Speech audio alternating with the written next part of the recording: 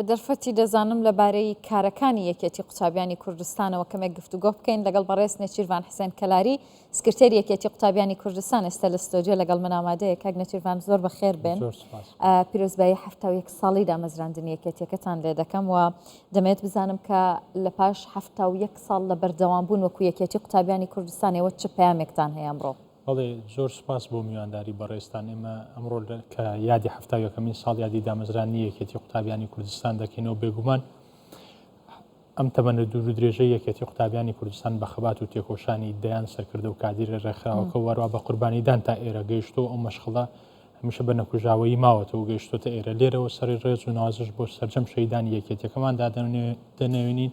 وەروە سوپاسی سەرجەم ئەو سەرکردە و کادر و ئەندامانە دەکەین کە درێژایی تەمەنی ئەم ڕێکخراوە توانیوانە تا ئێستا خزمەت بکەن لە ڕێکخراوەکە و ڕێکخراوەکە هەمیشە بە پێشەنگی کاری ڕێکخراوەیی بێڵنەوە بە خۆگونجاندن لەگەڵ سەردەمە جیاوازەکان کە گەلی کوردستان وەروە بزاوی ڕزگاری خوازی گەلی کوردستانی پێدا تێپەڕوە و دواتریش تاوەکو ڕاپەڕین و دامەزراندنی کیانی هەرێمی کوردستان و دامەزراندنی قوارە دەستوریەکانی هەرێمی کوردستان و ئێستش ئەم ڕێکخراوە بەردەوامە لە خزمەتکردن و داکۆکیکردنی قوتابیانی کوردستان لە ڕووی پیشەیەوە.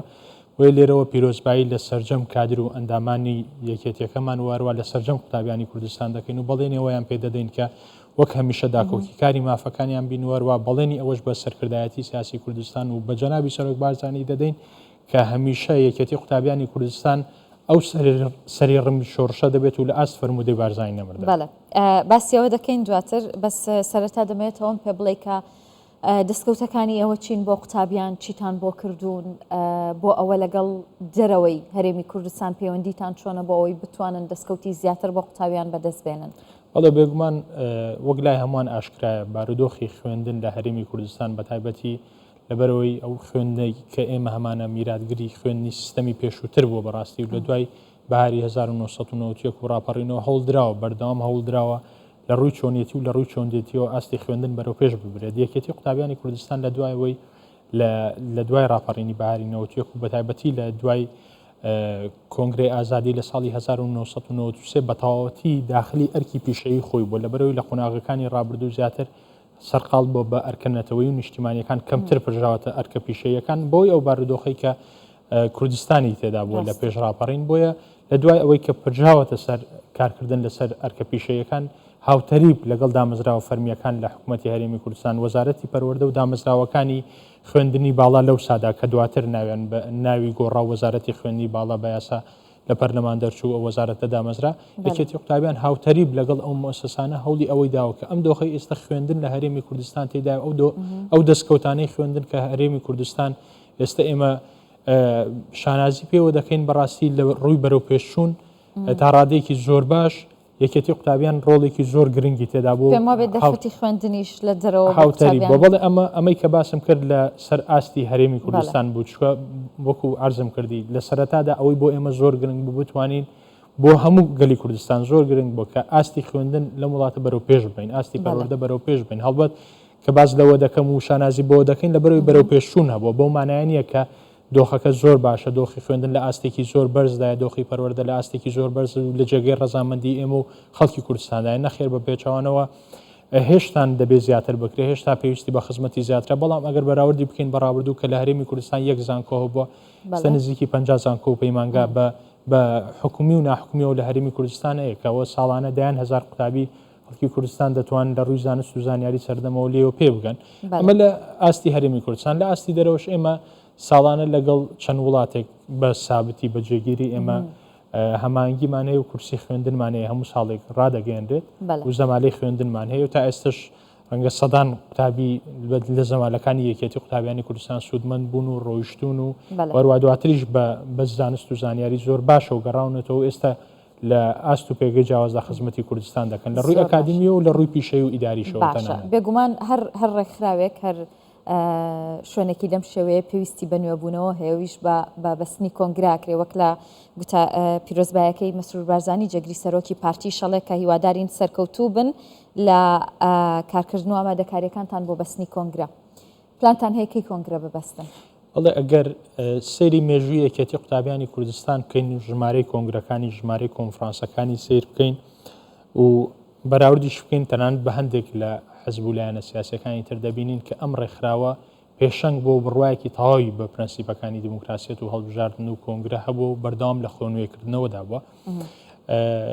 بە درێژای مێژوو یەکێتی قوتابیانی کوردستان 14 کۆنگرە و 6 کۆنفرانسی بەستووە. ئەگەر بەراوردی بکەین لەگەڵ ماوەی تەمەنەکەی توانین بڵێ ماوەیەکی مەقبولە بە ڕەچاوکردنی ئەو بارودۆخی کە کوردستان پەیدا تێپەڕیوە.